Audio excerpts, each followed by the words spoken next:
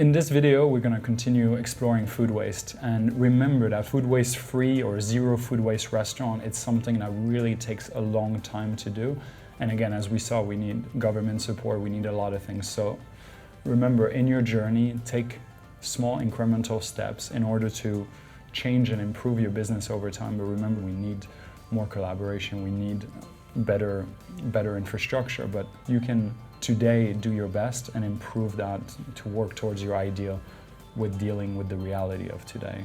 So in this video, we're going to deal with what do we do with food waste once we've tried all the creative tricks that we saw in different episodes and to repurpose and reuse. But there's a certain point when you have the waste, it's in a garbage bag and you cannot no longer do anything with it. What can you do after that? So we're going to go through that life cycle and explore a little bit more in depth what it takes to be a zero food waste restaurant, or to be more of a zero food waste restaurant, or working yourself towards that goal essentially. And understanding that it's a long process and it takes time, and for us it takes over 10 years to get to this point, and we're not a zero food waste restaurant. We want to be, but there's just only so far that we can go, and we remember that every single incremental step does a massive difference. So stay tuned. In this episode we will look into how we deal with food waste out of our restaurant.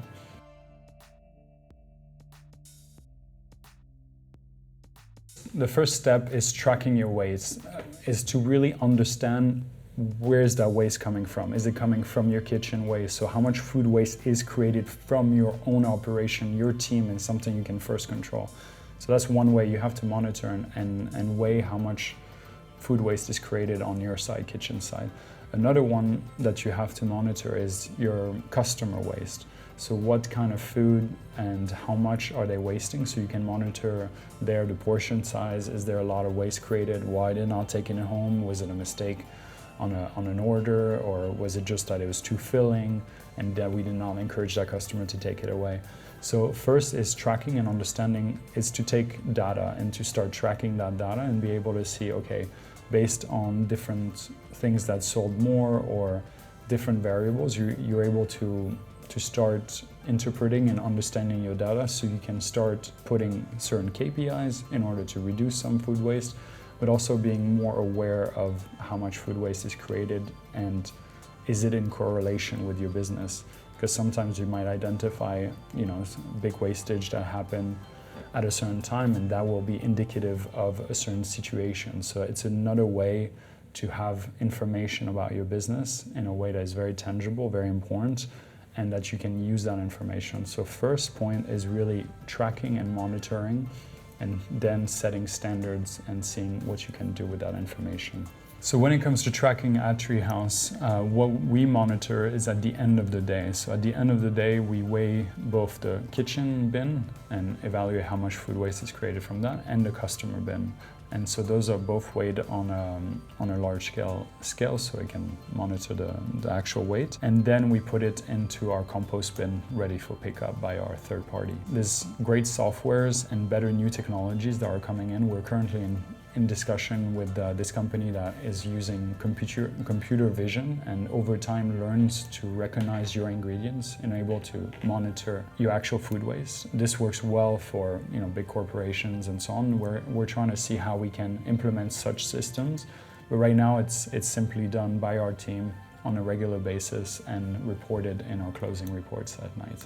So once the food gets into our food waste bin, and also with our compostable packaging in front of our restaurant, we have a third party that comes and pick up that bin, and essentially they bring it to their site where they have a commercial grade decomposer, which is very important, a commercial aspect, because it goes to a certain temperature that can actually deal with not only the food waste, which is kind of easy for it to do, but the actual packaging waste that is meant to be compostable.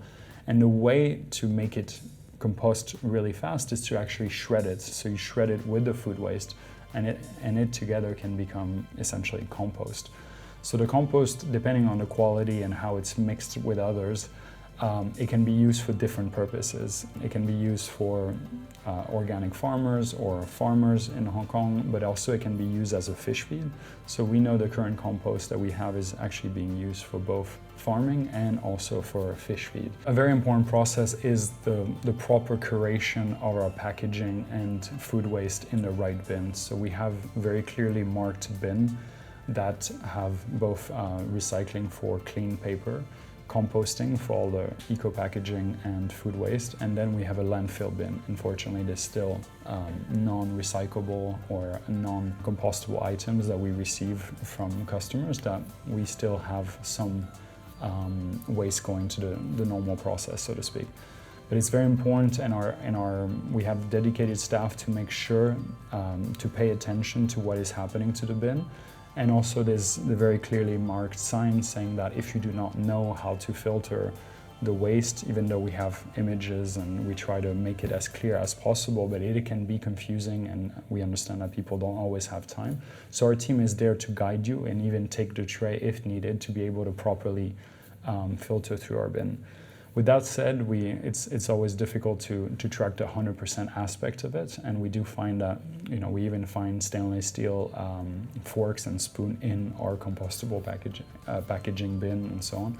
So it's not a foolproof thing, but it's something that you have to monitor and really stay close and understand that it's your responsibility to educate consumers to make sure that the filtering is done properly. And of course, the education of your staff on that point is crucial, because they're the front lines to making sure that your quality is great. So another important thing to recycle, and we have a lot of waste in, is oil. So oil actually is something that can be reused. So an example that we've done is, in the past, in our previous restaurant, we used to take all the old frying oil and any other oil that was second life cycle, so already used, and we would actually turn this into a detergent soap that we could use again in the restaurant and also sell to the customer to really show the sort of the whole loop and process of that. Currently, we're, because of the economy and the situation now, we are actually selling our cooking oil to a third party that picks it up for us and actually turns it into a biofuel at the moment. But that's another way to make sure that it has another life. It's not going into the sewage system, and it can be reused over and over again. So remember, in your food waste journey, to always see waste as a potential asset and something that you can reuse. Reach out to your community and other third parties that you can find ways to repurpose that and make it something more valuable. And remember, it's not about perfection. It takes time, and it's small incremental step will create a massive difference. So set it as a goal and go day by day.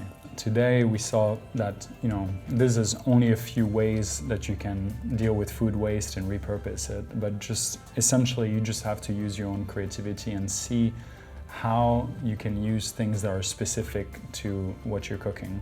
So just stay open, try new things, do some research, and you'll find incredible ways, in many ways, to treat your food waste and make it not waste after all.